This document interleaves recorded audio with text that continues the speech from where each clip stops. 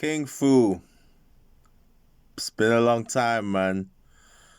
But yeah, I mean, it's probably inevitable that there was only one movie that was going to be able to bring me back on the internet, and that's The Matrix Resurrections. Now, it's impossible to talk about this movie without spoiling it. So, spoiler alert, it is impossible to talk about this movie without spoiling it. You can't do it. These reviews that are coming out talking about, oh, well, it's and it's and if it's in the trailer, can I say something? Maybe You can't talk about it like that. You can't say, oh, well, yeah, because it plays on the real and yeah, callbacks. But if you're not going to talk about it for real, you can't talk about it. You have to say what is going on in the movie. You have to say what things mean. You have to say what things are. You have to say how it's going if you're going to make an informed review on the movie. You can't do it. You just can't do it. So here's me, nobody Bruce Lee, you know what I mean? Just out here, just saying what I feel. I'm putting this out into the world, right? I'm not even going to go into too much about like the Matrix franchise and what it means to me, but anybody who knows me very well knows that how much it means to me. Matrix was one of the things that made me like reshape how I think about creating art. It made me think about what I was going to do differently with my music, how I wanted to approach my music, what my music was going to mean, how I was going to implement references into my music, how I used sounds elements from my childhood, sounds elements from other genres, things that inspire me, into my own interpretation. Like The Matrix gave me a really clear look at what I could do outside from the music that I was previously listening to and like other like pieces of art, particularly Bruce Lee. But The Matrix was the one that was like, okay, I see what I can do or what I'm going to aim to do. And I mean, it's only in really the last 5 years that I really feel that I've implemented that, So The Matrix Resurrections, yeah, it really plays itself on. It plays again on the prophecies and expectations, because that's what the first Matrix movies were about: the prophecy and the expectation of the one. What he was meant to save the world, but what it was actually, it was a con that he was reinserting himself into the Prime program. His coding that is embedded in him being somebody born into the Matrix is something that the machines needed to be able to reassemble the Matrix and get everything rebooted, right? So the last time in the last movie, in the Matrix Revolutions, he implemented a deal that he said, I would go back, I will put myself in the program if humans were allowed to exist. Because what used to happen is there used to be a washout in the third movie. Every time that the war would reassemble again, Zion would get destroyed, and the human civilization would have to rebuild out of people that was taken out of the Matrix program. Being that didn't happen in the Matrix Revolutions, with Matrix, with the time between that movie and this movie, there has been a coexistence of humans and machines integrating with each other properly. This caused dissension. Some humans wanted to stay in the Matrix. Some machines didn't want to integrate with humans. Everybody had their own opinions, and it led to a second war. It led to a purge. It led to more fights. It led to more casualties. But within that, there was peace. There were alliances. There were new civilizations being made. Do you know what I mean? Now, Neo is unaware of this stuff because he has been reassembled back into the Matrix. His coding has been used to keep a new Matrix going. Do you know what I mean? Now, the way they were able to keep him stimulated is they took Trinity's body and they put her into the Matrix as well.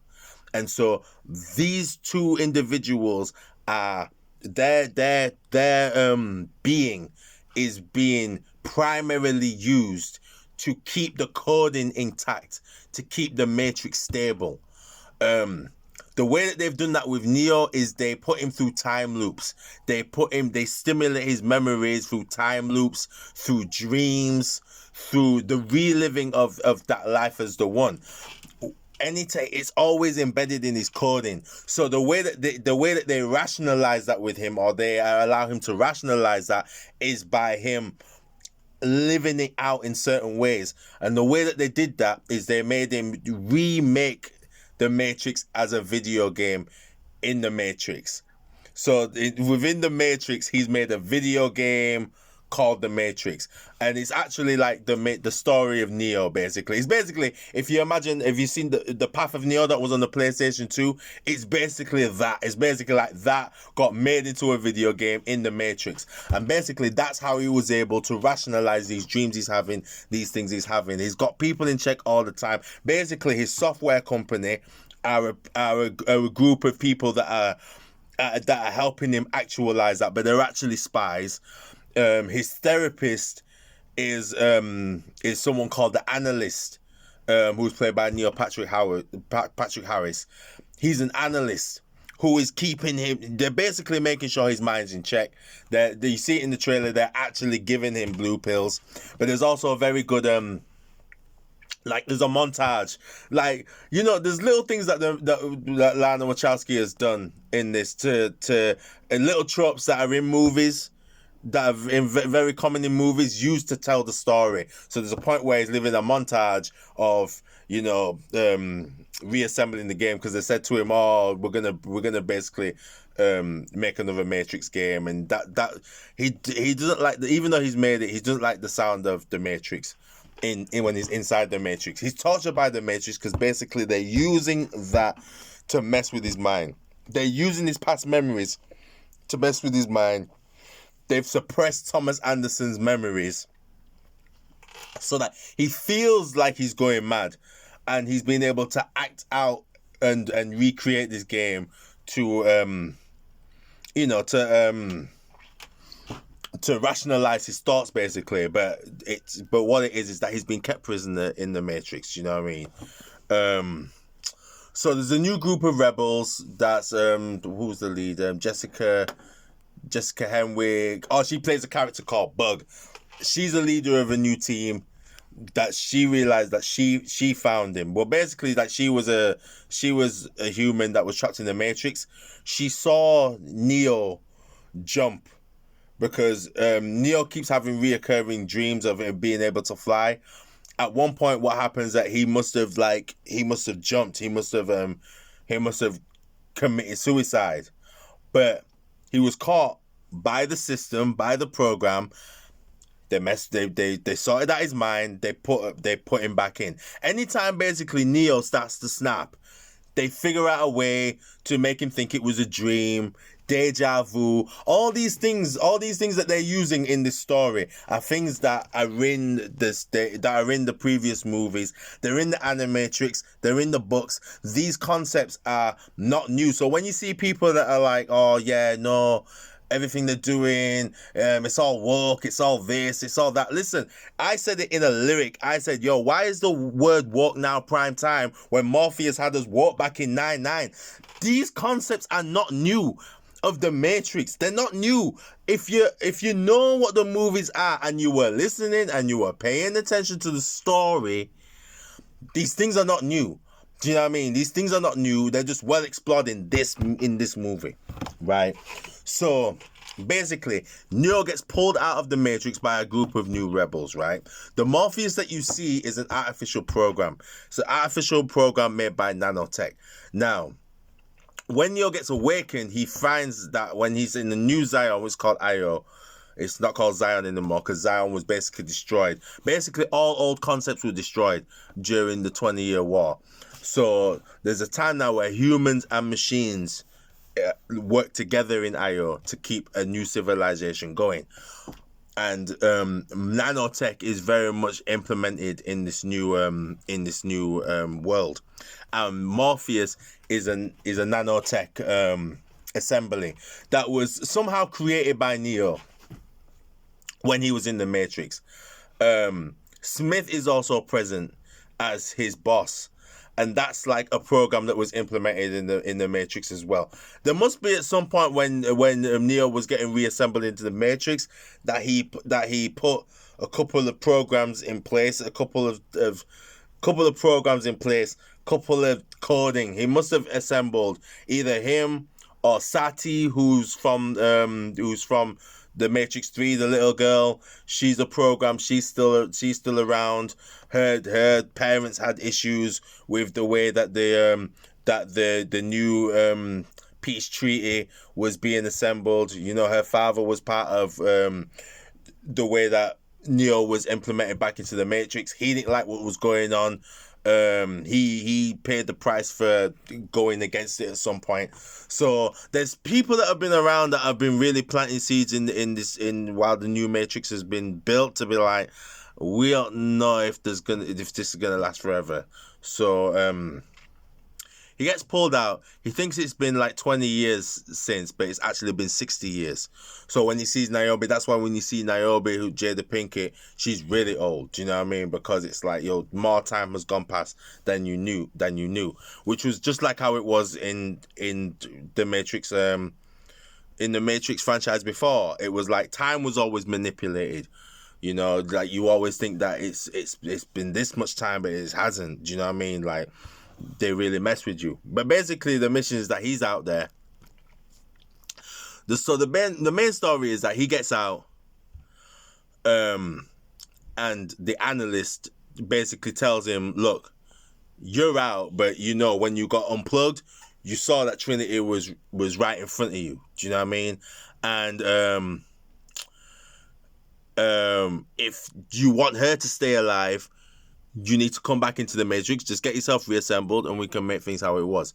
But the rebel, well, he is him that is just like, no, I want her out. I'm out. I want her out too. But everybody's like, look, it's going to be a tough mission to get her out without killing her. Some machines are helping. You know what I mean? Some machines help. Programs help. But it's going to be a tough mission to do. Do you know what I mean? This movie, the main thing is the story. One thing that I really was like, Lana Wachowski, because Lily didn't get involved. Lily didn't want to do it. Do you know what I mean? So Lana wrote it. I don't know. Well, Lana wrote it herself and did a good job. That's all I'm going to say. Because what I wanted them to fix, more importantly than anything in the Matrix, was the way that they write scripts and tell stories, the way that they direct their cast, the way how cast interact, the acting. Do you know what I mean? The characters and the characterisms of these people are so much more well done than any of the movies. Now, in the previous movies, you had some good actors that did the best that they could with the script. So Lawrence Fishburne was always great in it. The guy who played Commander Locke was always great in it. Harold Perrineau, who played as Link, he was always good in it. Marcus Chong, who Tank, he had very good character. Carrie-Anne Moss, who played Trinity, had her moments in that. She had her moments, but sometimes she could fall victim to the to the script. Keanu Reeves is always wooden as ever, but he has to play to his strengths. But the Matrix sequels, the first movie he got away with it, but the sequels, it was getting very bad for Neo as a character. It was getting bad. It was like, look, you're looking wooden right now. And inside of the Matrix that works, but outside of the Matrix, when you're supposed to be a human being, it doesn't work for you to be that wooden as an actor. In the Matrix, you can get away with it because you can be like, well, it's a robot world, cybernetic, you know what I mean? It's like, it's artificial. He doesn't need to see him as real. And also because he's the one, so it's like he's almost outside of being human anyway. But when you're in the real world, there has to be some warmth to you. and that wasn't happening. In this movie, Keanu Reeves really, like, he steps up his game. Do you know what I mean? Really steps up his game. It really, you really feel Neo as a character. You really feel Neo as somebody who has weight as a character behind him. It feels like there's been years behind Neo. It feels like there is memories there and history there and emotions there. You really see Keanu Reeves carry the weight of an icon. Like, he carries that weight of an icon, and he really puts out like what the right emotions and the right characteristic and emotional journey. Carrie-Anne Moss, it's the same thing with their story and being them, the way that their story is told, of them being basically characters that are emotionally connected to each other and are basically just kept in a small prison, kept in the same vicinity as each other, and their emotions are being played with, because that's what is really happening to Neo and Trinity in this, is their emotions are being played with so they can manipulate the system, like the analysts can manipulate the system. Captain Niobe, Jada Pinkett really does a good job. Yahya Abdul Mateen as the new Morpheus is good. It's good. It couldn't have been Lawrence Fishburne. It couldn't have been Lawrence Fishburne to do it. Now, be it that in the original Matrix, Gloria Foster, who played as the Oracle, died, and they implemented in the story that the Oracle, his appearance had to be changed. That plot point actually works for this movie in terms of some people don't look how they look, like with Yahya playing as Morpheus. It works that he is the new Morpheus. You know, there's people that's like, well, he could have been named another character, but it works that he's Morpheus, but it's just not quite the same person, but it is. Jonathan Groff, who turns out to be the new Smith. Some people don't like the fact that he does not act like Hugo Weaving. Me, I feel that this is what I said to someone. I was like, one, in the Matrix 2 and 3, when you had that guy who got took over by Smith's mind and he was acting like Smith and nobody could just seem to be able to identify that characteristic as Smith, grated me, because I was like, how is it taking so long for Neo to just be like, it's Smith, or even just to be aware that he's talking, the way he's moving is very familiar, I can't place it. It just never got addressed until there was like an hour later, and he's like, look down and look behind, the flesh is your enemy. And then Neo's like, it's impossible. No, that scene was garbage. The fact that he was acting so much like Smith and you couldn't tell it was Smith was garbage to me. So for me, I rather that this guy who ends up being the new Smith doesn't act like Smith, but there's a couple of little lines that he says, a couple of little things that he says, a couple of little callbacks, but he's definitely an interesting character. And if they do another Matrix movie, it'll be interesting to see how he plays out, what his new powers will be, what will happen with him. Do you know what I mean? It'll be interesting to see, because like, he's truly free, and he's not as obsessed with Neo as he was. I think that's what I love about this new Smith, that he is not driven by Neo. He's not driven by Neo to do anything. It's just that he's just figuring out that, oh, I'm free now. He's truly free, because he's reborn with no purpose. He just knows that he was connected to Neo at one point. But it's just going to be interesting to see like what happens with him.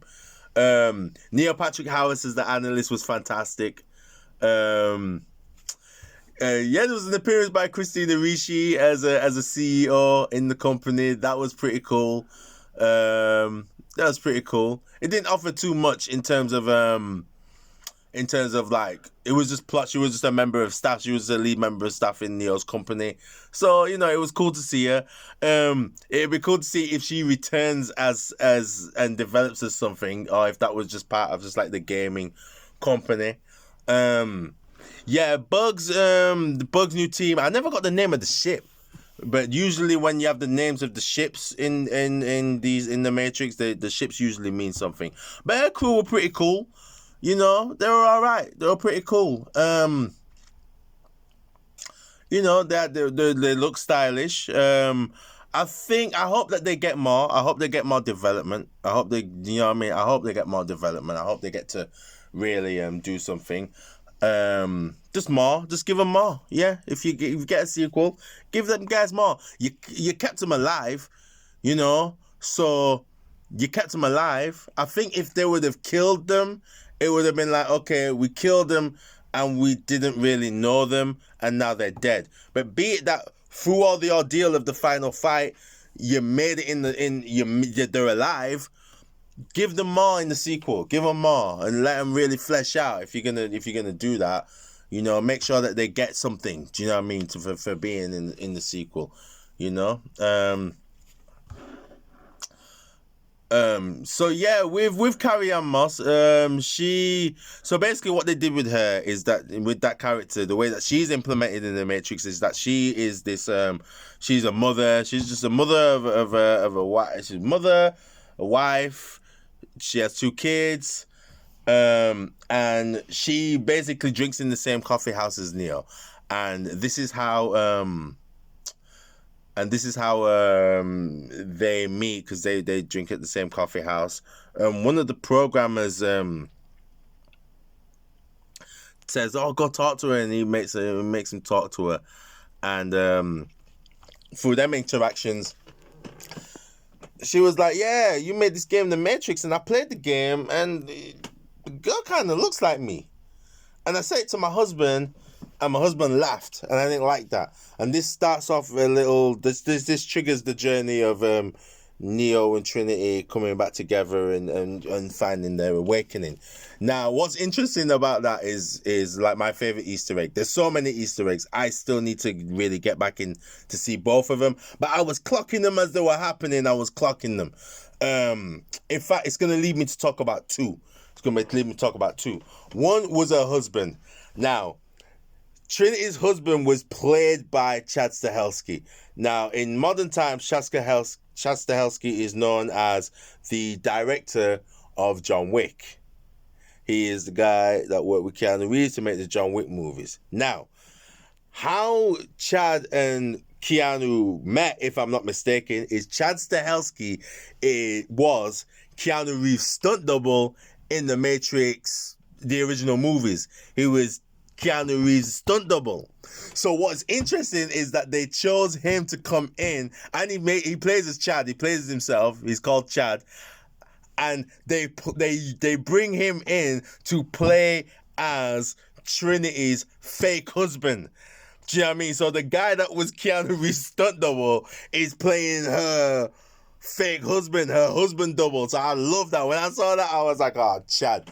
And I just love that. I love that they implemented that in there, because I just thought that was one of the most, that was like for me the most clever callback and Easter egg that they put in that movie. And for those who don't know things like that, I think it's most of them that are saying this movie's garbage, this movie's trash, this movie's awful. This movie is not garbage, the movie is not trash, this movie is not awful. What it does not do better that it probably could have done is action.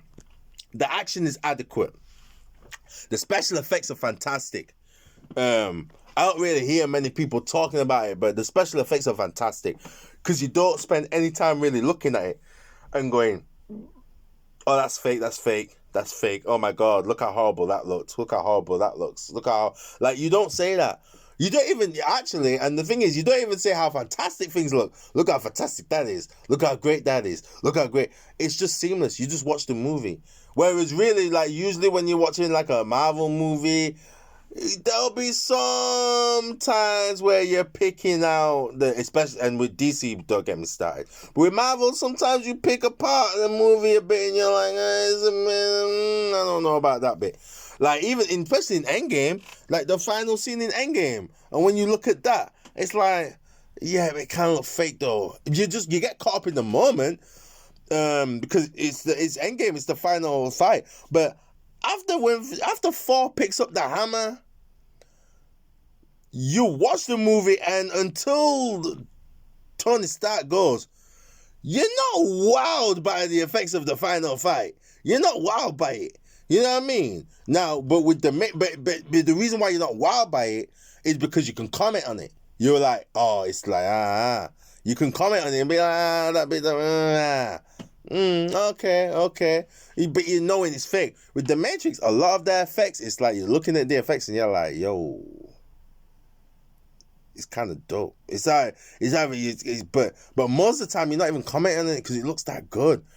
Do you know what I mean? Like, it looks really good. The Matrix Resurrection effects are stellar. And nobody's going to talk about it because they're not actually knowing what they're seeing. Like, they're not looking at it and being like, yo, you guys have really got it this time. Do you know what I mean? Like, it's very well made. Very well made. Martial arts choreography and the way it's filmed could have been better, but I'll take good. I'll take the good. You know what I mean? I'll take it. I'll take it because they told a good story and the action is not just like, it's not just mindless. Do you know what I mean? Especially the final scene with the action scene in that with the motorcycles and with the bots. I love how they implement bots in the concept of bots in this. And what they do at the end with the bots is like, yo, this is kind of dope. Like the way that they implement that and made the system, the Matrix turn against Neo and Trinity is hard. It's hard. Trinity is not the one, ladies and gentlemen. You might be hearing this thing of, they made Trinity the one instead of Neo. They did not make Trinity the one. Anyone who says that either didn't see the movie or didn't get the movie. There is no one. It was the new Matrix was not made out of Neo and the one. That was the old Matrix. The first 6 programs was about him reassembling himself and finding a different one, a different anomaly, and reassembling them singularly into the program, killing off Zion and rebuilding. This is a different model of the Matrix, and to make it work, they needed 2 people. They needed Neo and Trinity. There is no one. It's both of them. Both of them are powerful. But the reason why they're powerful as they are is because both of them have the same level of awareness of what the Matrix is. Trinity had been in the Matrix long enough to know that it's all fake. So when she was awakened, of course she's gonna have the same level of awareness as Neo to the point that she can fly. But the fact that she can fly is meaningless. It does not mean she is the one. There is no one. It's not about the one anymore. It's not about the prophecy and the expectation. If you weren't listening when you're watching the movie, you would understand that prophecy, that old prophecy, one, it was made by the machines. It was made by the architect and the oracle to make that fake prophecy of the one. And 2, it got everybody killed. It got Morpheus killed. It got his followers killed. It got followers of the disciple, the one, like the anointed one. It got them followers killed because they were still holding on to them old, tired, dogmatic traits. Do you know what I mean? And that's not to offend anybody who follows any kind of religion, because you know it all comes back in as a metaphor for religion. But so not to offend people, but that's what it's talking about. Do you know what I mean? It's talk about people that were willing to die for their beliefs. Do you know what I mean? Now,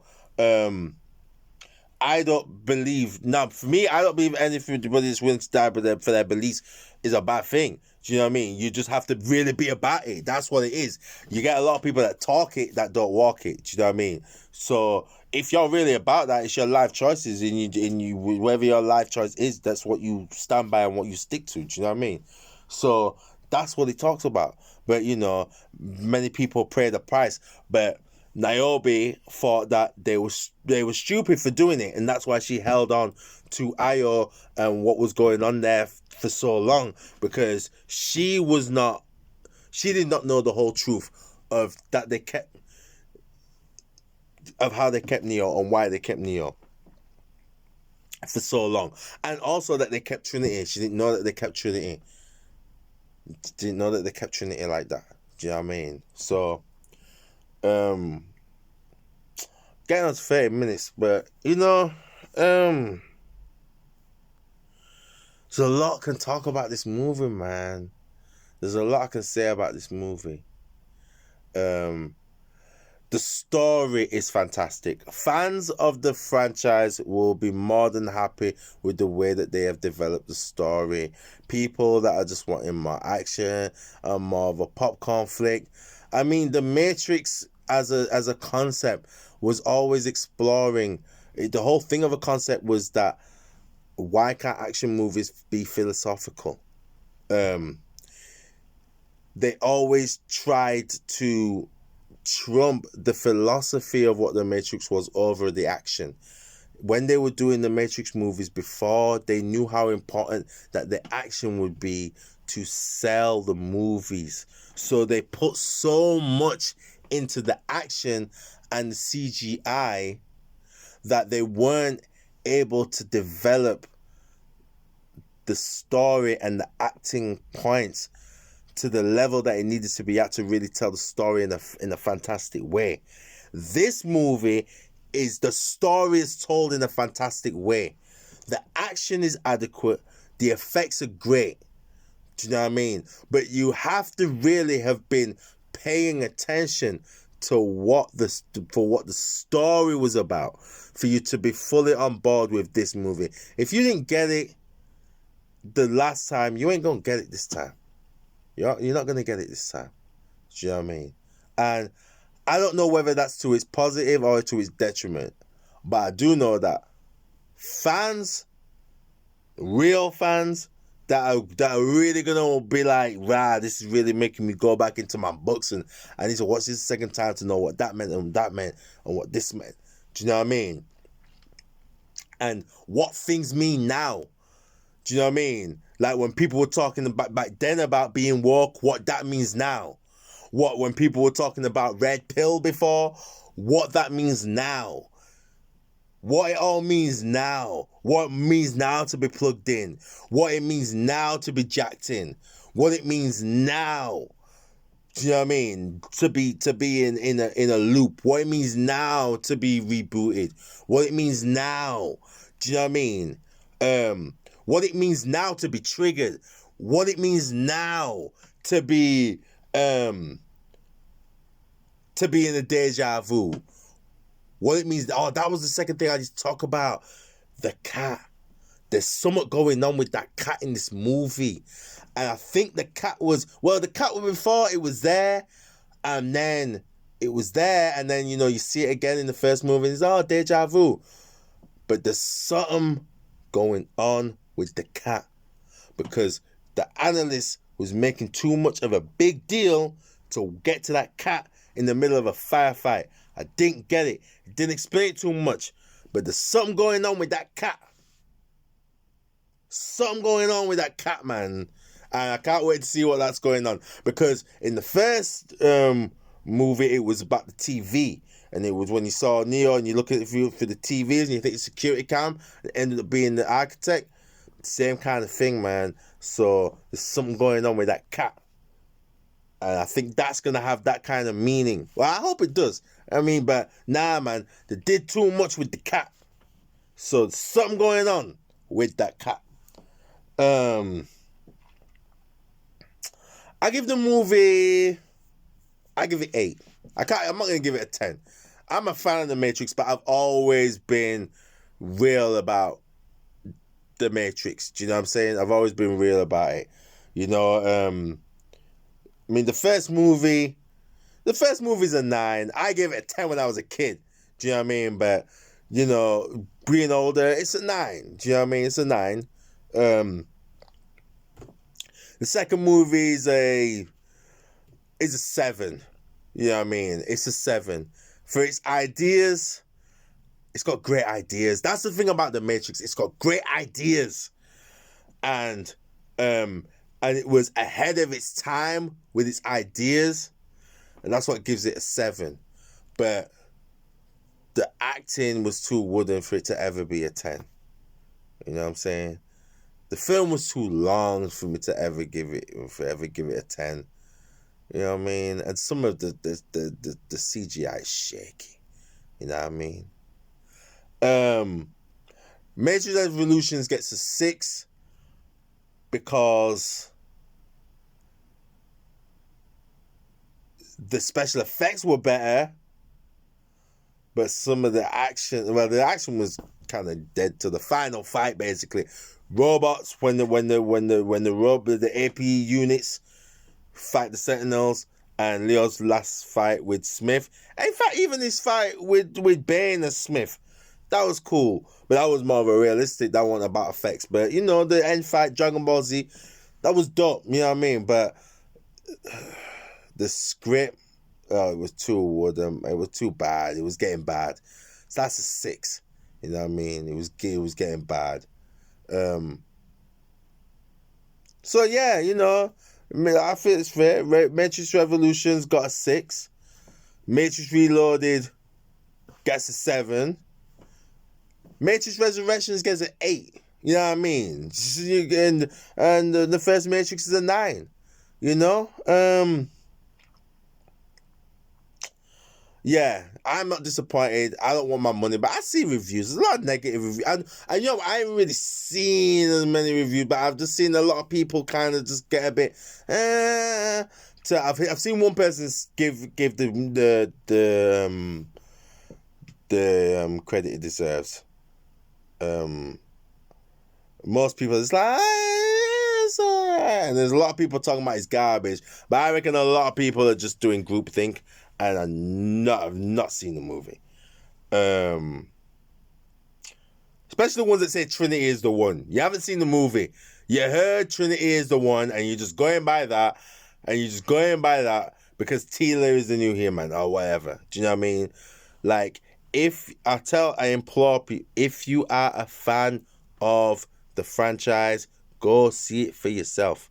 It's not like Terminator Dark Fate or Genesis. It's not a real sequel. It's a sequel. It's not a reboot. It's not a fake remake. It's not any of that kind of stuff. It's a genuine sequel. It is part 4. So if you're interested in what happens next in the story, go see it. Don't listen to anybody else. Do you know what I mean? Go see it. I will say this though. If you're just looking for balls to the wall, action, it's sounding like Spider-Man is the movie for you right now. And you could probably wait for as soon as Matrix comes out on TV, whatever platform it's going to end up on. If you're looking for balls to the wall action, go see Spider-Man, man. I'm hearing Spider-Man is fantastic. I watched the spoiler review of it. I'm not going to say what I heard, but, you know, I'm hearing that might be the movie for you if you're just looking for that action. You know what I mean? But if you're a fan of The Matrix and you was really hoping that it was going to pull through, you're going to find that they pulled through. You're going to find that they pull through, man.